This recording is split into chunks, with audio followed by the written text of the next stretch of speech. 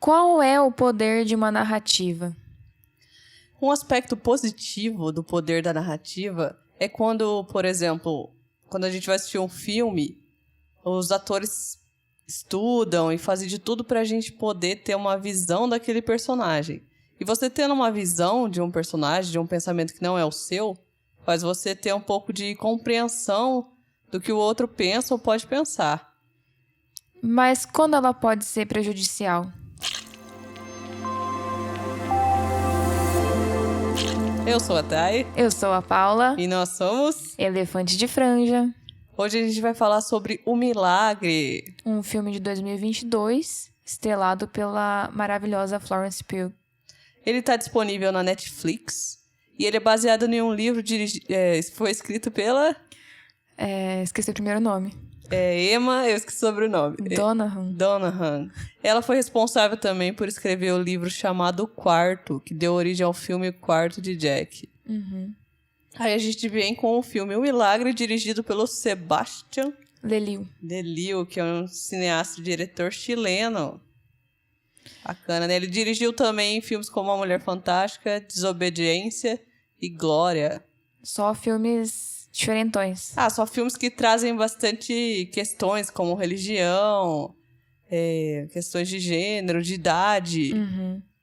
Então ele tem essa característica de fazer a gente questionar ou de trazer esses aspectos para a tela, para a gente poder compreender ou entender melhor cada visão. E o resumo do filme, gente, é o seguinte. É uma enfermeira inglesa que é convocada para trabalhar na Irlanda. A Irlanda acabou de passar por um período de mais ou menos 10 anos, conhecido como a Grande Fome, onde 1/4 da população morreu por fome mesmo, assim, sabe? Aconteceu um evento lá, que depois a gente vai entrar nesse ponto, que matou todo mundo. E aí ela chega na Irlanda para estudar uma menina que não come há 4 meses. Aí o que aconteceu? A cidade fez um conselho de um estudioso, um religioso e mais um pessoal. E eles contrataram ela, que é enfermeira, e mais uma freira para acompanharem essa menina 24 horas. Para ver se é um milagre, para ver o que está acontecendo. E a gente acompanha essa história dela entrando em contato com essa criança que não come há 4 meses e lidando com a situação, assim. Se você ainda não assistiu o filme agora e não gosta de levar spoiler, agora é hora de parar o nosso programa, que a partir daqui a gente vai começar a aprofundar um pouco mais no conteúdo do filme com spoilers. Mas afinal, O Milagre foi baseado em um fato real? Foi baseado, sim, em vários fatos, mas principalmente em um. E basicamente num movimento também que aconteceu na Irlanda, chamado os Fasting Girls. Sim, as meninas que ficavam muito tempo sem comer e diziam que era mais tempo do que realmente era, na verdade, né? Então, esse movimento existiu depois da Grande Fome e muita gente caracterizava esses como um milagre, esses feitos dessas meninas, que normalmente eram adolescentes. Uhum.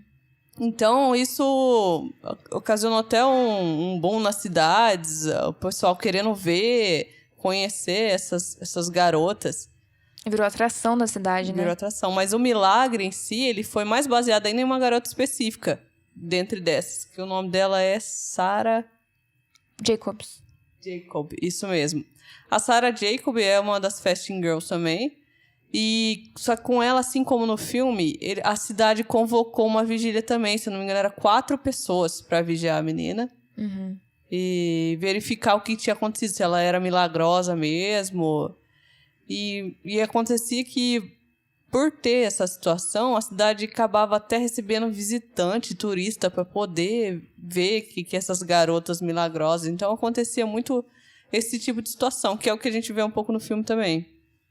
Tem visitantes, tem o pessoal que deixa um dinheirinho de contribuição ali, né, de doação. Sim, mas no caso dessa Sarah, o que aconteceu é que ela morreu de fome. Uhum. E na hora de fazer a autópsia, viram que ela morreu de exaustão de não comer mesmo. Inclusive, se eu não me engano, os pais dela, na época, foram condenados por deixá-la morrer. Ela bebia água? Não, também. Não. Não. É porque a menina do do filme, ela bebe água. água. Porque senão ela não teria aguentado nem um terço do que ela aguentou no filme, sem tomar água. Porque o corpo humano aguenta semanas sem comida. Mas sem água ele não aguenta muita coisa, não. Malemar uns dias, assim. É bem pouco, né? É bem pouco.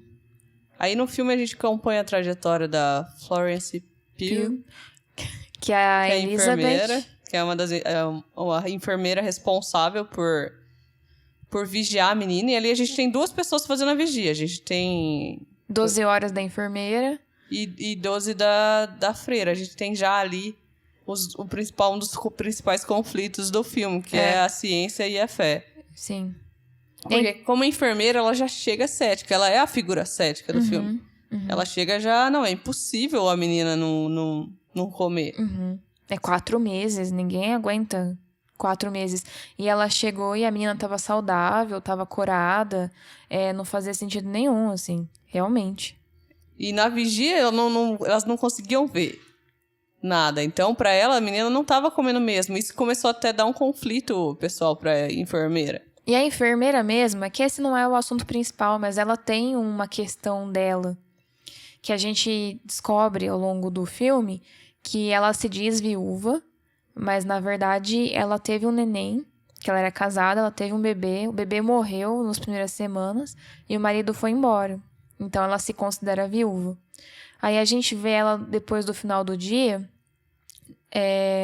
bebendo alguma coisa que entorpece ela, furando o dedo, que é tipo um ritual que ela faz, e lamentando ali o sapatinho de bebê, do bebê que morreu. Então a gente tem que pensar que, assim, é uma mulher que já tá com um certo problema, né? Tá enfrentando demônios, assim, internos, que tem que lidar com essa situação que não faz sentido na cabeça dela, assim, sabe? Ela vê a menina saudável e ela não vê a menina comendo. Então, realmente, ela fica um sentimento muito ruim, assim, de conflito. E o filme traz muita dúvida pra gente, porque como o nome já é um milagre, você chega a acreditar que é um milagre que vai acontecer ali. Sim. Inclusive, uma das coisas que eu achei só do filme, ele tem um ritmo um pouco lento da metade até o... É bem arrastado. O começo você fica... Só que você fica preso, você quer saber o que vai acontecer. Uhum. Mas ele tem ali um momento meio arrastado de filme. Mas eu acredito que é pra construir um pouco a narrativa, mas podia ser um pouquinho menos arrastado, o meio. Eu concordo. Mas você fica ali naquela questão, o que é real, sabe? Será que é um milagre mesmo? Sim. E aí, ela tem uma ideia. Ela vê toda noite, todo dia, de manhã e à noite, os pais vão lá, abraçam e beijam ela. De bom dia e boa noite. Daí ela tem uma ideia. Ela fala, não quero que ela tenha contato com mais ninguém físico. E aí que ela começa a ver que a menina começa a ficar doente. Daí ela descobre que a mãe dava um beijo de boa noite com comida. Igual um passarinho. E é por isso que ela não estava parecendo doente, porque realmente ela estava comendo. E a justificativa da menina é que envolve bastante religião, assim. Os irlandeses são um povo bem religioso, assim. E diz que isso ficou muito forte pós-Grande Fome. E a menina considera que, tipo, ela não tá comendo, ela tá se alimentando do maná dos céus. Porque o beijo de mamãe é sagrado, sabe? E o maná é uma palavra que tá na Bíblia mesmo, que significa o alimento vindo do céu. Então é uma questão religiosa esse maná do céu. Então a menina tá tanto... Assim, a menina não tá enganando o povo. Ela acredita tanto nessa história dela que pra ela não é comida aquilo lá. Pra ela é algo divino e ela sobrevive sem comer. Sim. Só do maná do céu. Sim. E não dá pra falar que ela tá mentindo, né? Então, Porque é o que ela acredita. É o que ela acredita e é tudo montado pra gente acreditar naquilo também. Sim. Você fica na dúvida, você não ficou na dúvida no meio do filme? Fiquei. Eu achei que era um filme de milagre também. Começou a me abrir os olhos, eu acho que no mesmo momento que começou a Libby, a personagem principal, a também se tocar do que estava acontecendo. Que foi quando o William, aquele repórter de Londres, chegou. E ele começou a pressionar um pouco mais ela. De tipo assim, ela tava meio que deixando... Ah, não, eu acho que realmente tem alguma coisa e ela não tá comendo e tá bem. E eu percebi que foi a pressão do jornalista a querer saber a história e a falar, meu, ela tá mentindo, não tem como. Que meio que incentivou ela a pensar no que estaria acontecendo. E daí chegou à conclusão de, os pais devem estar alimentando ela. Você percebeu isso também? Vamos fazer uma vigia mais certa, né? Mais correta. 100% de vigia pra ver o que tá acontecendo aqui. Sim. E a gente vê também, esse repórter, eu achei muito importante ele, que os pais dele morreram por causa da grande fome. Eles morreram de fome. Sozinho, trancado em casa, né? Eles se trancaram dentro de casa pra não passar vergonha e morrer nas ruas da cidade, assim. Tipo, olha a gravidade da questão, sabe? E ele tá cobrindo uma história de uma menina que não tá sem comer porque quer, sabe?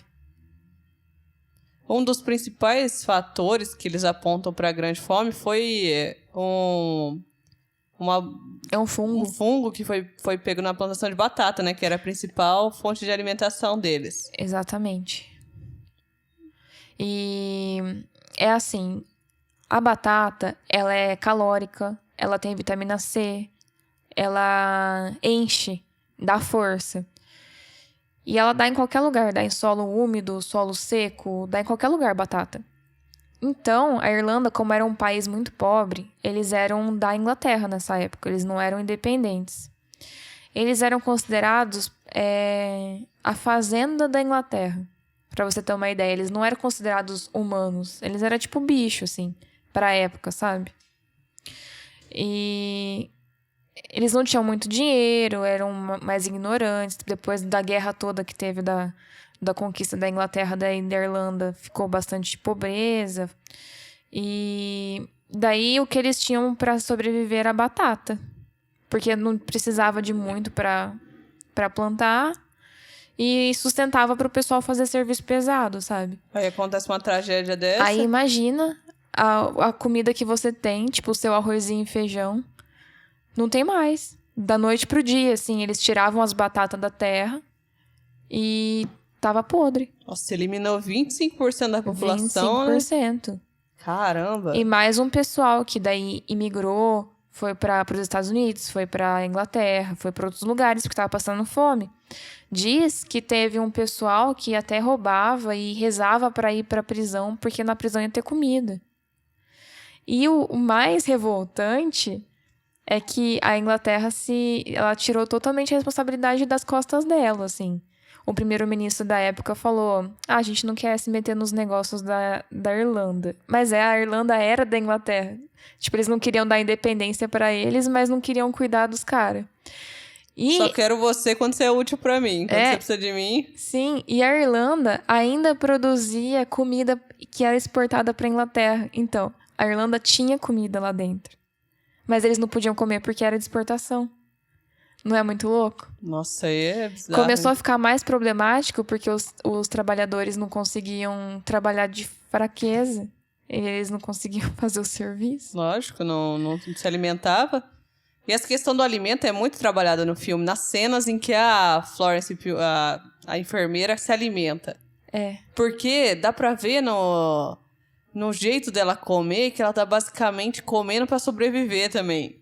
Não é não é uma alimentação por prazer toda vez que ela tá comendo. Não sei se você reparou isso. Uhum. Ela acha que ela tá lá, tá se alimentando, mas parece, tô fazendo o que eu preciso fazer pra viver. Então tem esse relacionamento deles com a comida também. Você reparou também que o pessoal da Irlanda mesmo, tipo, os pais da Ana e tudo mais, eles fazem oração antes de comer. Porque, igual eu comentei, a hora da refeição virou uma coisa muito mais sagrada do que era. Porque era uma bênção ter comida no prato, sabe? Enquanto tava todo mundo morrendo lá fora.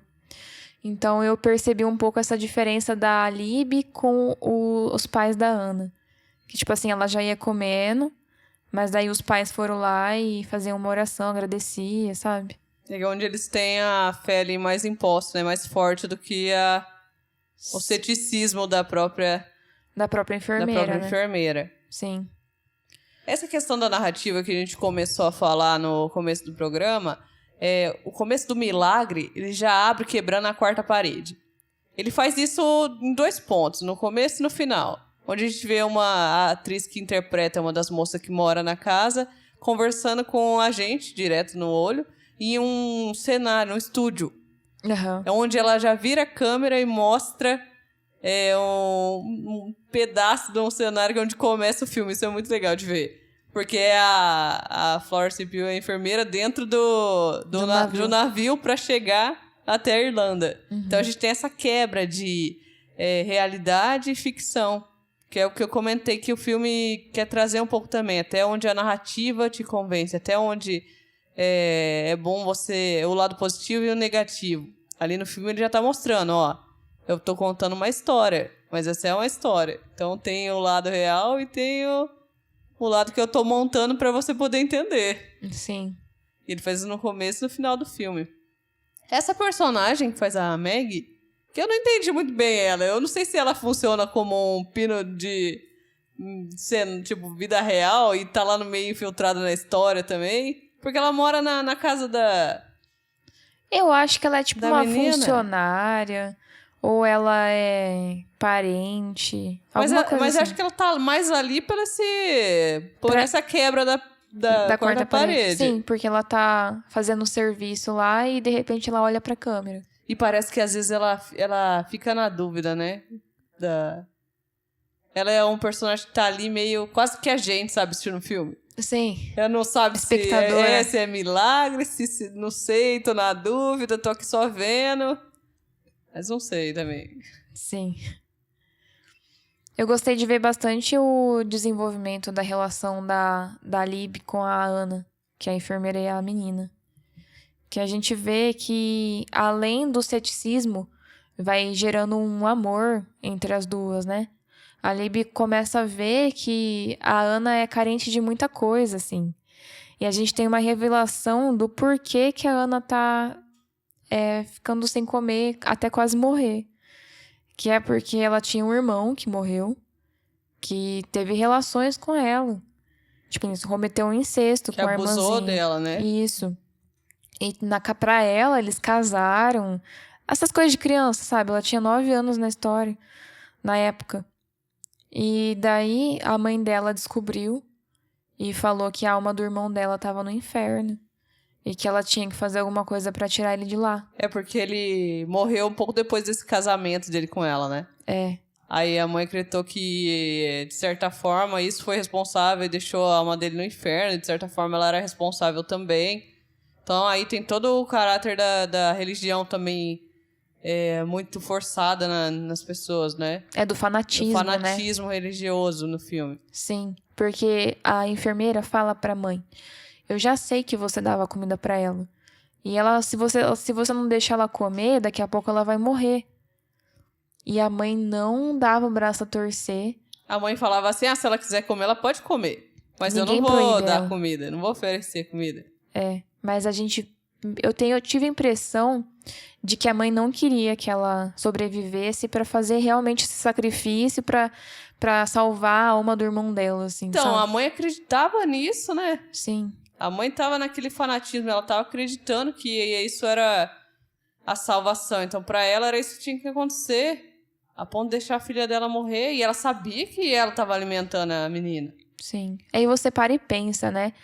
Ela já tinha perdido um filho e ela tava abrindo mão da filha. Sabe? Pra poder ter um conchego religioso, pra ter algum... Não sei. Uma resolução ali pós-vida, né? Não, pós-morte. Eu não sei qual o termo. Depois da vida é a morte. Pós-morte, pós-vida. Pós-morte. Então, aí a gente descobre o verdadeiro motivo, que inclusive nessa história, né, que daí essa parte não é baseada na moça que a gente comentou, na Sarah Jacobs, que a família não queria mesmo o dinheiro do povo que ia lá visitar. Dá pra ver numa cena que uns casal chegam e oferecem dinheiro, eles recusam, deixam alguma coisa lá, mas dá pra ver que o principal motivo não era esse. Aham. Mas uma coisa que incomoda muito é o conselho da cidade, pra mim. Também. Lógico, tudo, o né? pior pra mim Mas, meu, é o cientista. Nossa, o médico, É o médico. ele fica tentando descobrir jeitos né, Dela se da alimentar ciência. sem comida. Comida, por exemplo. Ah, será que ela faz algum tipo de fotossíntese? E daí você espera uma risadinha, porque, meu, é ridículo. E não, ele tá falando sério. Ai, tá tentando achar... Sei lá. Será que ela se alimenta de forças sobrenaturais? E você fica, gente, ela tá morrendo, assim. Então, não só a família, mas toda a comunidade comprou a história. Sim. E mesmo sendo impossível, eles estavam abraçando a história. Porque foi uma ia ser narrativa bom- muito bem Ia feita. ser bom ter um milagre. E a Ia ser narrativa bom pra cidade. foi bem feita, mas ia ser bom pra cidade. Ter uma menina milagrosa, vai atrair gente pra cidade. Sim. Foi o que aconteceu na época também, que várias cidades se aproveitaram disso. E o que acontece no filme? O conselho estava tão focado naquela narrativa que, meu, a enfermeira chegou e falou: ó, a mãe dela dá comida pra ela. Sim. Eles, não, mentira, você tá mentindo. E nessa época, eles alugavam, a terra não era deles.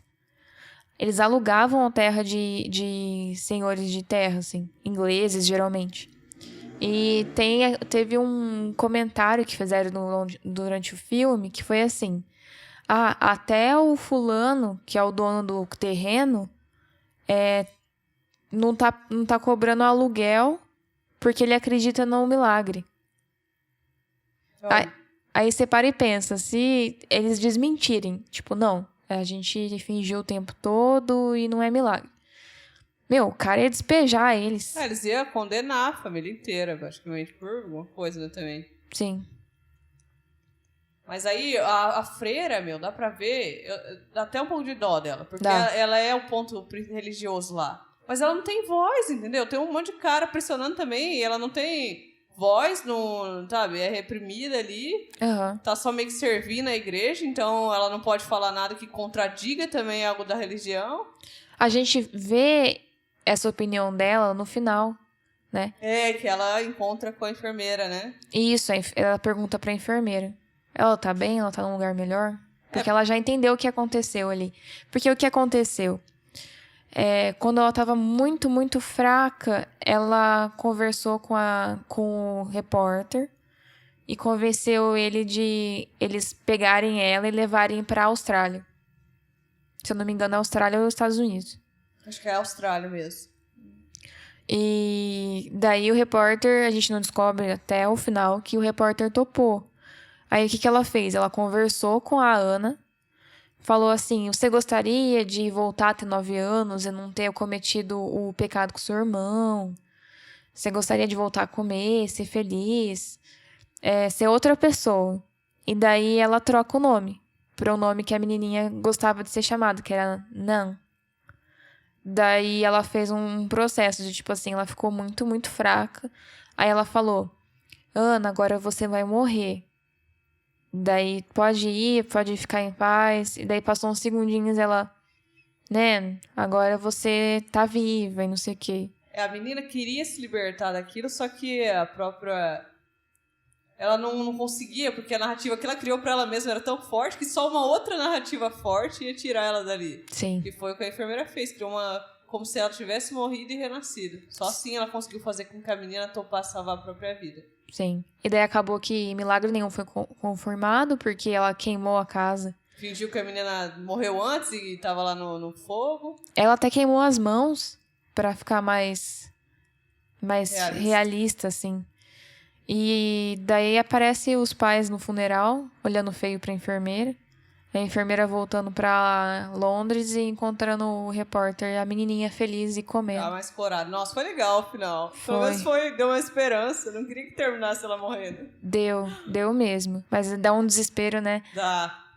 De tipo, meu Deus, não vai dar certo. Olha o tamanho dessa menina. Como que vai carregar essa menina nas costas? Eu já tava preocupada, assim, nossa, será que só de ela comer um pouquinho, tem que ser aos poucos, né? Mas já vai conseguir recuperar, porque já devia estar tudo zoado o organismo dela. Eu pensei nisso também. Mas acabou que deu tudo certo no certo, filme, assim. Mas foi muito pesado, assim, perceber o poder que uma narrativa tem, não necessariamente só pra fora, pra contar pra outras pessoas, mas com você mesmo, assim. No que você acredita, No que né? você acredita.